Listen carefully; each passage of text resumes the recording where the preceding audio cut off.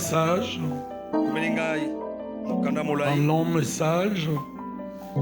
Et l'une des choses qu'il m'a dites, c'est que le Seigneur lui demandait de venir me dire que je n'arrête pas de préparer l'église en enlèvement. Que je vous prépare, que je nous prépare en enlèvement.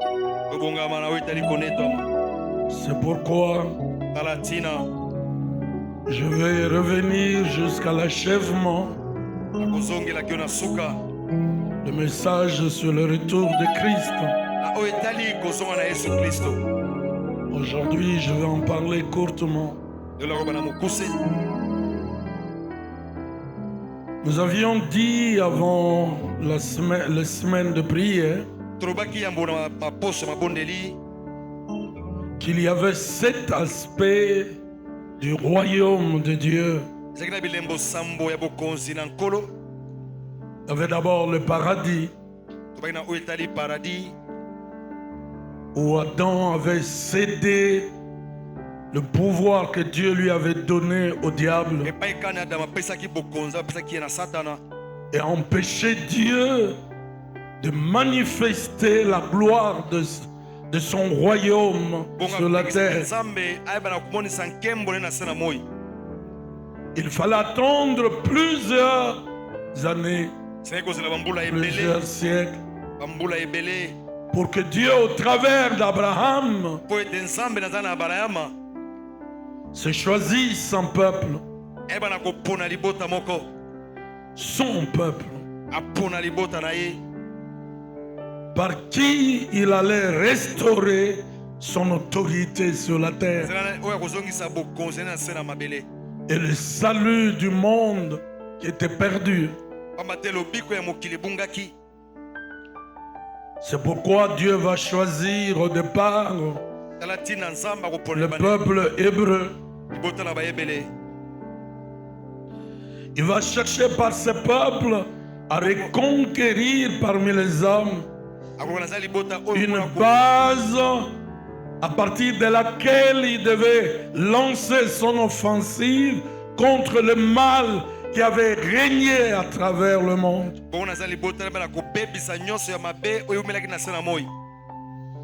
Il va se trouver un peuple,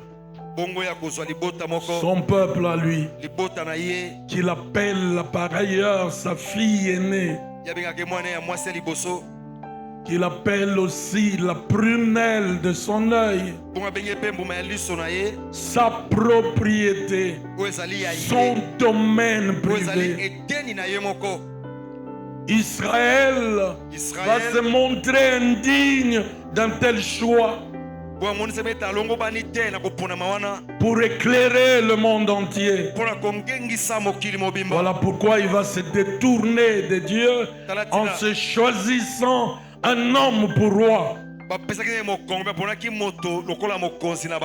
Et nous avions dit que cet homme est venu leur imposer un poids ou un joug pesant sur les épaules. Israël est devenu l'esclave d'un homme, Saoul, à qui il devait donner un impôt. Saoul, avions-nous dit, est l'image du choix de l'homme qui n'a pas consulté Dieu. Et tout choix que nous faisons sans consulter Dieu, tout choix que nous faisons sans consulter Dieu se retourne toujours contre nous. Toujours contre nous. C'est pourquoi Israël va encore crier à Dieu. Et Dieu va se choisir David, l'homme selon son cœur, qui va délivrer son peuple de tous ses ennemis et dont le trône sera affermi à toujours. Le trône de David sera affermi à toujours et pour toujours. Et Dieu va lui-même promettre un descendant, un fils né de lui, et qui sera assis sur son trône. Et ce trône sera un trône éternel. Et le fils dont le trône sera éternel n'est pas Salomon. Même si Dieu lui avait donné toute la sagesse, Dieu était en train de penser à un autre descendant de David, Jésus, dont le trône est éternel, l'autorité est éternelle, la royauté est éternelle. C'est ce Jésus qui viendra, qui est venu. Mais qu'est-ce qui va se passer? Alors c'est le quatrième aspect du royaume de Dieu que nous avons commencé le mercredi. Dieu va leur tendre encore la main. Mais Israël va rejeter la main de Dieu comme auparavant. Et pourtant, selon les paroles de prophètes qu'il connaissait parfaitement, parce que tous les sabbats, il lisait les évangiles, il lisait plutôt la Torah. Il savait que le Sauveur allait arriver. Eux, ils pensaient qu'il viendrait directement du ciel. Mais celui qui est là est né d'une famille pauvre. Il va naître où? Dans une bergerie infamante. Frères, sœurs, ne jugeons pas les hommes d'après ce que nous voyons sur eux. En eux, il y en a qui portent les grâces de Dieu, qui portent la destinée d'un grand nombre. Je ne sais pas où tu es né, comment tu es né, dans quelles circonstances tu es né. Ton Sauveur avait pour berceau la mangeoire de brebis. Et né dans une bergerie infamante. Mais c'est cet homme-là qui va devenir le salut de toutes les nations. Tu ne sais pas ce que Dieu a préparé pour toi. Commence à te prendre très au sérieux. Je l'ai déjà dit, je le redis aujourd'hui. Personne ne te prendra au sérieux si tu ne te prends pas toi-même au sérieux. Personne ne t'accordera une certaine valeur si toi-même tu ne le peux pas. Si tu ne le peux pas, tu ne seras jamais honoré des gens. Si tu ne te rends pas honorable. Quand j'ai vu Fabien dans mon bureau me parler de Mathilde, que je ne connaissais pas encore, je savais que ce garçon, il ne voulait pas pécher contre Dieu. Et il méritait que je l'accompagne. Quand il est venu me dire de le bénir dans mon bureau, il ne faisait que confirmer ce que je savais au début. Des gens qui veulent être sérieux, il faut le prendre au sérieux, les accompagner dans ce qu'ils sont. Quand Jésus naît, il naît comme fils de David. Comme fils de David, il était l'héritier légitime et légal de David. C'est lui dont l'Éternel avait parlé à Samuel plusieurs siècles avant. Plusieurs siècles avant, Dieu lui avait promis ses descendants que lui-même n'avait pas vu et qui est venu finalement. Matthieu chapitre 1er verset 1er nous dit, l'ange dit à Marie, le Seigneur Dieu lui donnera le trône de David, son père. David, son père. David est son père. Tu n'as pas de père, Dieu peut te donner un père. On dit que Joseph n'était pas le père de Jésus. On dit que Jésus c'est un bâtard. Son père biologique, il le connaît. Je vous l'annonce ce matin. David est le père selon Dieu de Jésus. Le père selon Dieu. Et si Dieu reconnaît David comme son père et comme héritier de David, de toutes les promesses de David, comment pouvez-vous nier ce que Dieu a solennellement annoncé par son prophète? Qui es-tu pour railler les paroles de celui qui vit éternellement? Plusieurs le reconnaîtront du reste. Comme David. David comme son père. D'ailleurs, si Dieu nous donne le temps, je vais vous montrer bibliquement que c'était lui l'héritier légitime de toutes les promesses que Dieu avait faites à Abraham, que Dieu avait faites à David.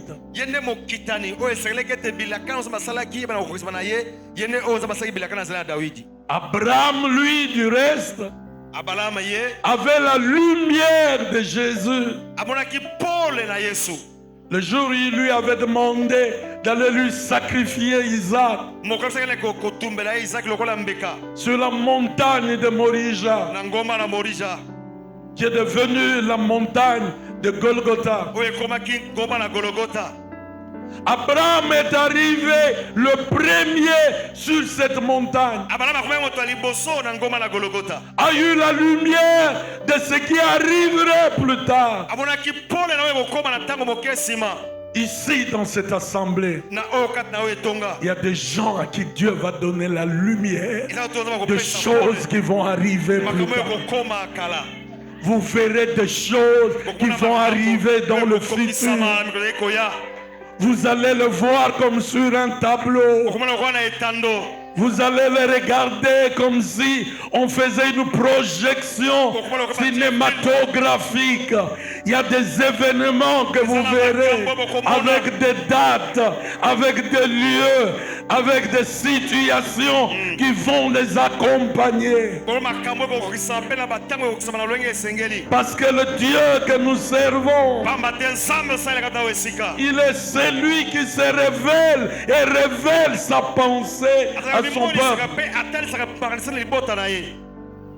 Il le révèle. Comment les gens sauront-ils qu'il est Dieu s'il n'annonce pas bien avant de choses qui vont arriver? Il faudra que plus tard l'on sache que Dieu avait parlé. C'est pourquoi, frère, tu dois avoir un agenda, un bic, où tu écriras le date, le jour, l'heure, où Dieu te parle et t'instruit sur des choses qui doivent arriver. Moi, ton père, je le fais. J'ai mes agendas où j'écris ce que Dieu me dit, avec date, jour et heure.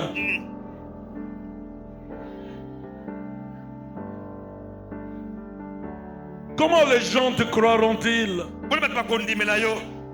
s'ils n'annoncent pas bien avant les choses qui doivent arriver? Oui, David est le père de Christ. Et le règne de Jésus sur la terre aujourd'hui, c'est le règne de David, son père. Pourquoi David? Parce que c'était l'homme selon le cœur de Dieu. Frères, sœurs, il y a des choses que vous allez faire pour la gloire du Seigneur sous son inspiration. Ces choses-là vont durer dans le temps jusqu'à ce que Christ revienne. Jusqu'à ce que Christ revienne. Il y a quelqu'un qui entend ça. On lui dit qu'il régnera sur la maison de Jacob éternellement, et son règne n'aura pas de fin. Le monde aura une fin, mais le règne de Jésus n'aura pas de fin. Le roi de la terre aura une fin, mais le règne de Jésus n'aura pas de fin. N'aura pas de fin. Même quand ce monde va passer, Jésus va régner encore. Il va régner encore. Bientôt, quand il vient nous prendre pour un temps, nous allons revenir avec lui, car il va faire une nouvelle terre et de nouveaux cieux, et il régnera avec nous. Nous sommes de ceux qui sommes appelés à régner maintenant et plus tard avec le Maître, et plus tard avec le Maître, et plus tard avec le Maître, maintenant et plus tard avec le Maître, maintenant et plus tard. Vous allez régner, vous allez dominer. Les rois mages qui vont arriver de l'Orient jusqu'à Jérusalem vont poser cette question: où est le roi des Juifs qui vient de naître? Car nous avons vu son étoile en Orient et nous sommes venus pour l'adorer. Ils sont venus à Jérusalem alors que Jésus est né à Bethléem. Selon la prophétie, c'est pas à Jérusalem, mais à Bethléem. Frères, sœurs, vous pouvez vous tromper sur le temps, sur le lieu, mais Dieu vous ramènera toujours là où les événements de ta vie vont se réaliser. Vous pouvez vous tromper et entrer dans le couloir de quelqu'un d'autre. L'Éternel dont je suis le serviteur est vivant. Il va vous ramener dans votre couloir pour que votre destinée s'accomplisse. Vous pouvez avoir fait des folies autrefois. Le Seigneur va vous ramener sur le droit chemin. Il va vous ramener. Il vous ramène. Il vous ramène au présent. Il vous ramène au présent sur le droit chemin. Il y a quelqu'un qui entend ça. Le scribe qui était là en ce moment, à qui Hérode va poser la question, vont leur répondre que Jésus devait naître à Bethléem, la ville royale, la patrie de David. Bethléem, la ville de pain. C'est là où les hommes mangent le pain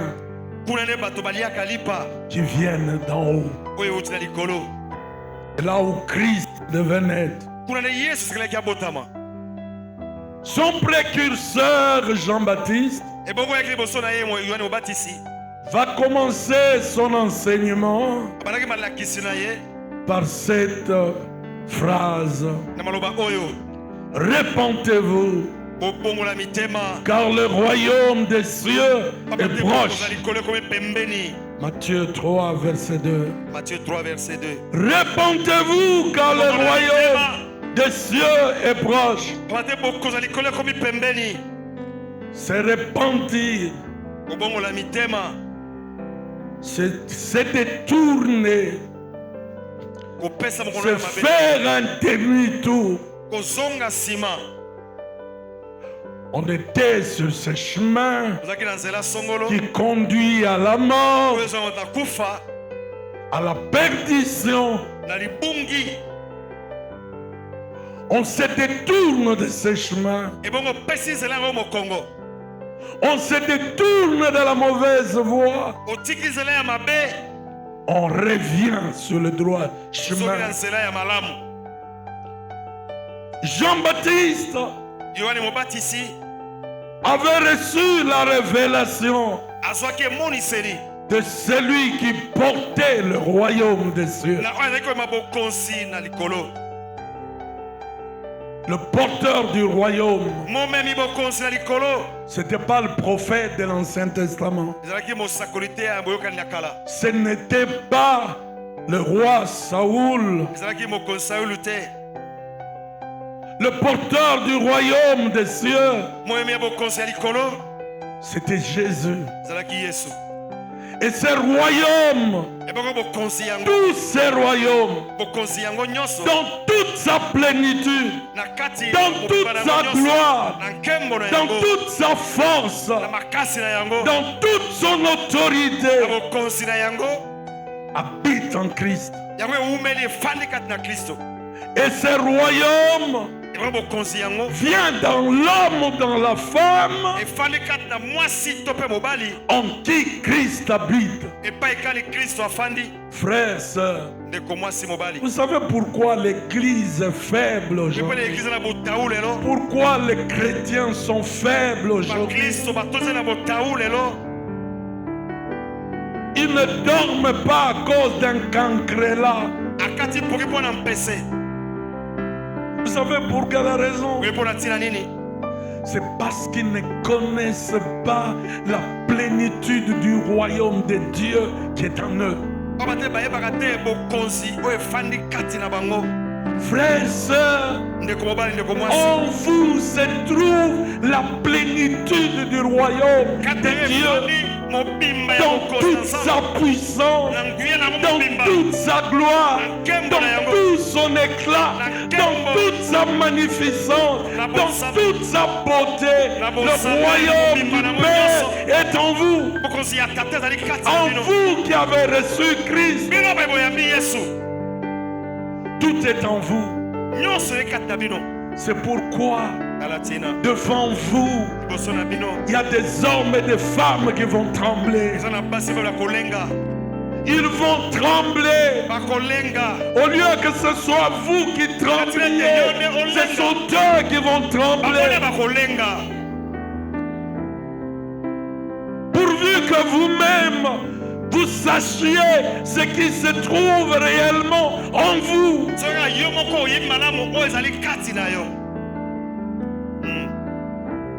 Pourvu que vous sachiez, aujourd'hui, C'est que vous enviez chez des gens, chez le prophète, le prophétesse, ou je ne sais pas qui. Si vous sachiez seulement ce qu'il y a en vous, ce que Dieu a déposé dans des vases de terre.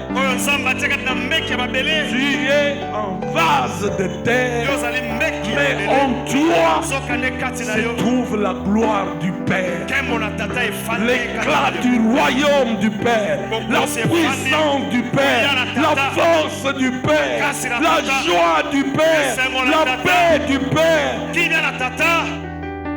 Vous êtes capable de changer en peu de temps une atmosphère spirituelle.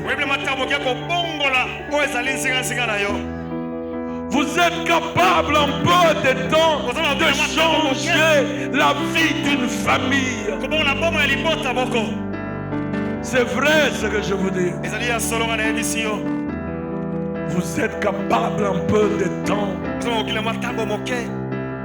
de changer plusieurs choses à cause de ce qui se trouve en vous. C'est pourquoi, frère, sœur, quand tu comprends ces choses-là, tu dois mener une vie hors pair, hors norme, différente des autres personnes. Toute votre journée, au lieu de la passer à vous chagriner, à vous faire mal sur ce que vous allez manger, boire, vous vêtir à la fête de tel ou tel, à votre anniversaire. Vous passez toute votre journée à ruminer comme un animal de pensées sombres sur ceci ou cela. Vous devriez vous réjouir d'avoir en vous le royaume du Père. Est-ce qu'il y a quelqu'un qui comprend ça? Ce n'est pas pour rien qu'un homme comme Paul disait: je suis content. Je suis content de quoi? Du foufou que je mange, de veste que je change chaque jour, de voiture que je change chaque jour. Je suis content des hommes qui tournent autour de moi chaque jour. Je suis content du nombre de diplômes que je prends chaque jour. Qu'est-ce que Paul dit? Je suis content. Je suis content de quoi?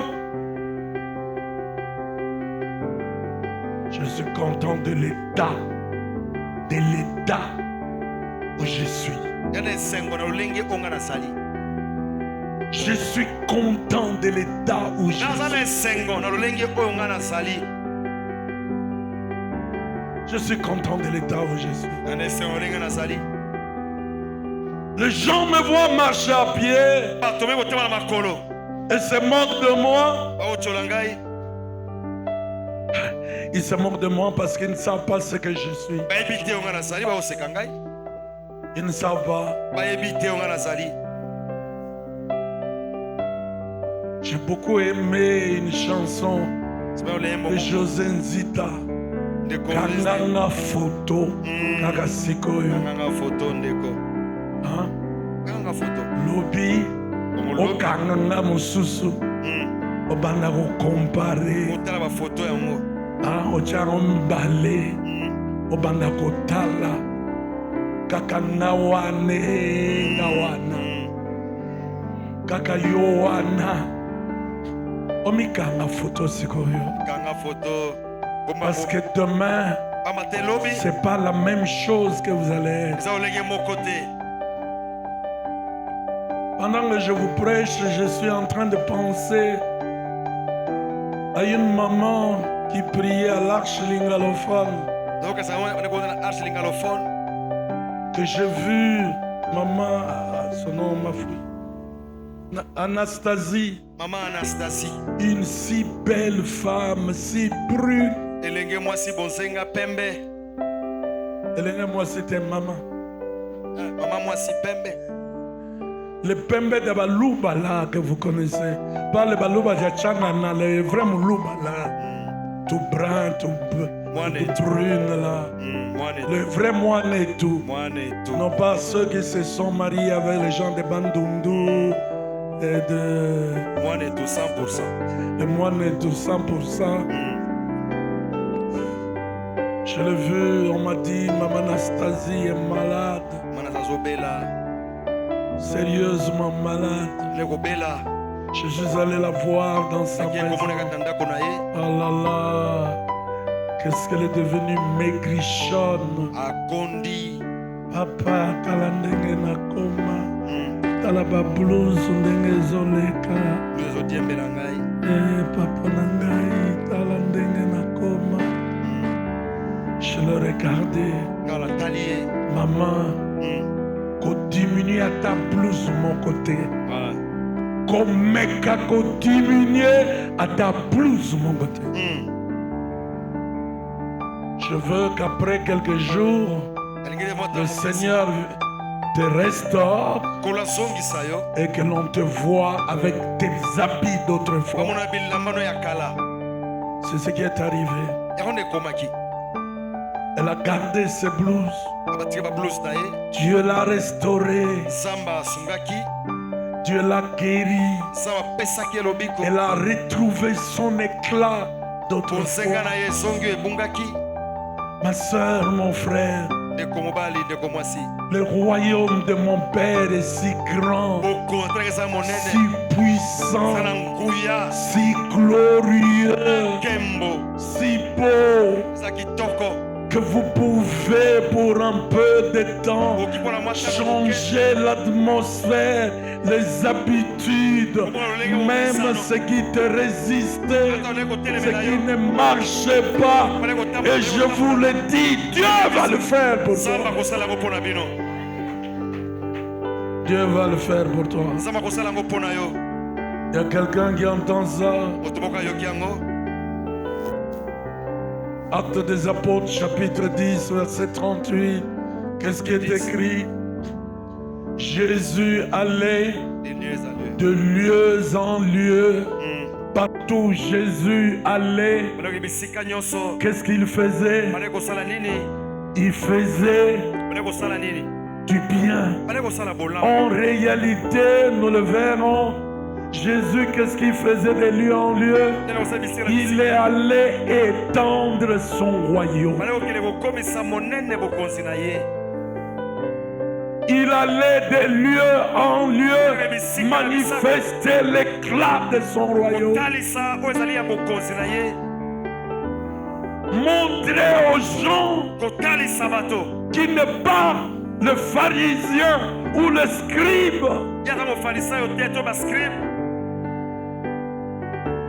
C'est pas pour rien que dans Jean chapitre 3,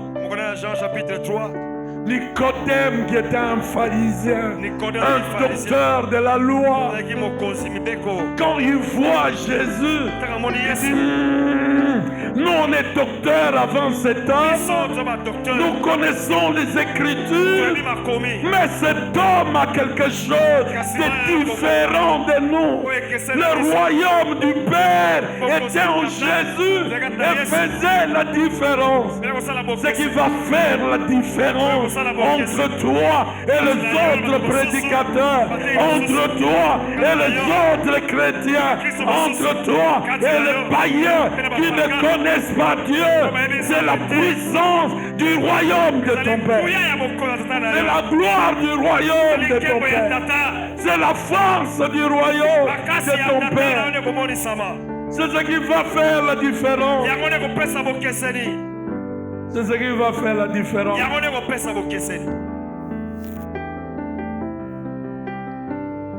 Quand on était à l'intercession, à l'arche, les héritiers, les autres là n'étaient pas encore là. Ce sont des rejetons. On est venu nous dire qu'il y a une maman sorcière qui fait partie de l'intercession. Maman ya ndoki l'intercession. Eh bien. Ah, tu étais là? Kazalaki wa. Plusieurs intercesseurs ont commencé à paniquer. Papa, tu es salanini. Tu es bengana, tu es salanini. Donc, quand tu es intercesseur, on koufa. Ndoki. Maman ndoki. Intercesseur, on met maman, pardon, maman, qui a besoin bien. Maman, on peut dire que la personne est là. Maman pe molenda zanga tena butu nyonso. Lende merwa. Azanga tena butu prière. Te oya yo te, musu zama yo. Ah, ora. Na yebi yo zolo banane. Oya biso ya yo te. Je leur dis, personne ne va la chasser. Mutu ko bengana azalite. Namoni ba intercesseur mususu balembi nzoto. Ebongo sikoyo kozala ndenge nini akozala na biso awa biso te bato kokima intercession ye akokima. Amen. Tokobengana ye te tokotika yawo tala ntina nini soki yo mpe oza awa oyaka awa tokotikala kobengana yo ata mokolo moko te. Papa nanga okokima yo moko, mama nanga yo moko okokima. Awa esika ya lisano te, awa toza na Nzambe. Toza na Nzambe. Toza na Nzambe. Toza na Nzambe desiko. C'est moi qui vous le dis, Nzamba zawa. Nzamba zawa. Équipe na biso kotira jamais kopola. Impolamable. Impolamable. Cette église va s'étendre, va aller très loin. Il y a quelqu'un qui entend ça. Il y a quelqu'un qui comprend ça. Frère, Jésus est venu apporter un autre royaume. Et nous sommes en plein dans ces royaumes. Nous sommes dans ces royaumes. Je prie Dieu de tout mon cœur que vous puissiez non seulement comprendre ces choses, mais que vous puissiez vivre ces choses. Vous devez le vivre. Les apôtres l'ont vécu. Vous aussi, vous allez le vivre. Parce que le même esprit qui travaillait dans les apôtres, c'est le même esprit qui est dans nous aujourd'hui, qui travaille en nous aujourd'hui. La même parole que les apôtres ont annoncée, c'est la même parole que nous annonçons aujourd'hui. Nous ne fabriquerons pas de miracles, nous ne fabriquerons pas de prophétie.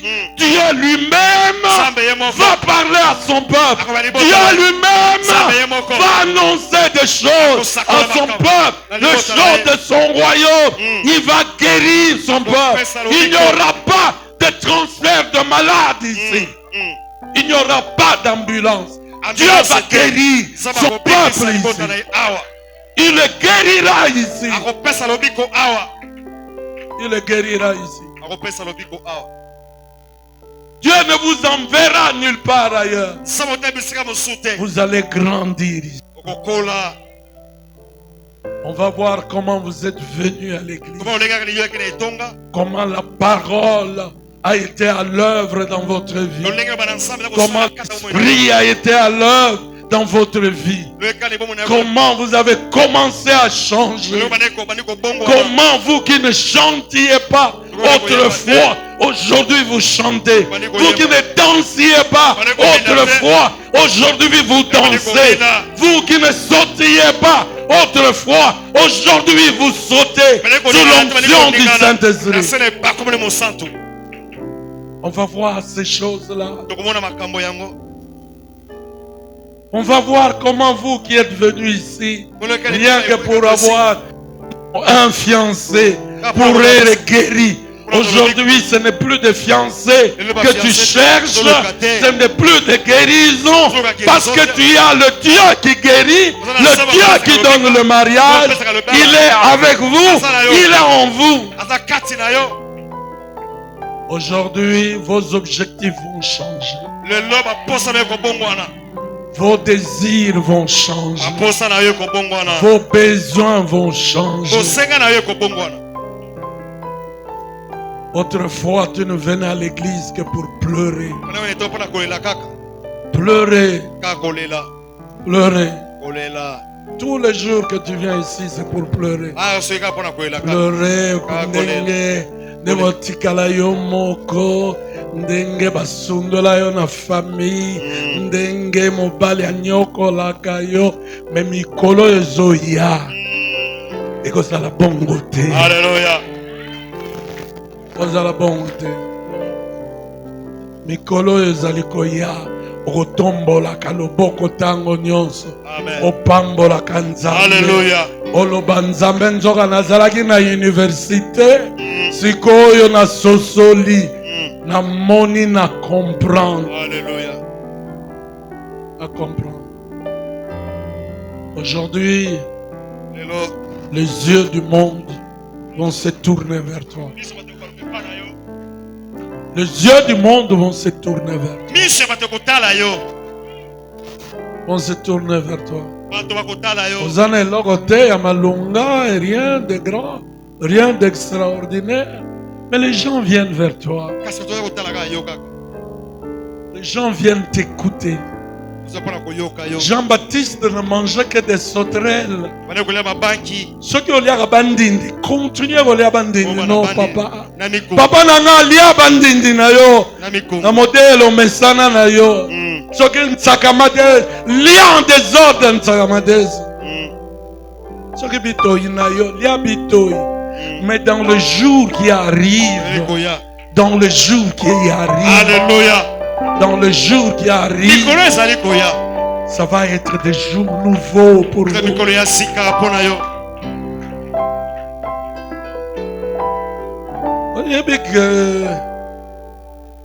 Bon, on arrête là pour aujourd'hui.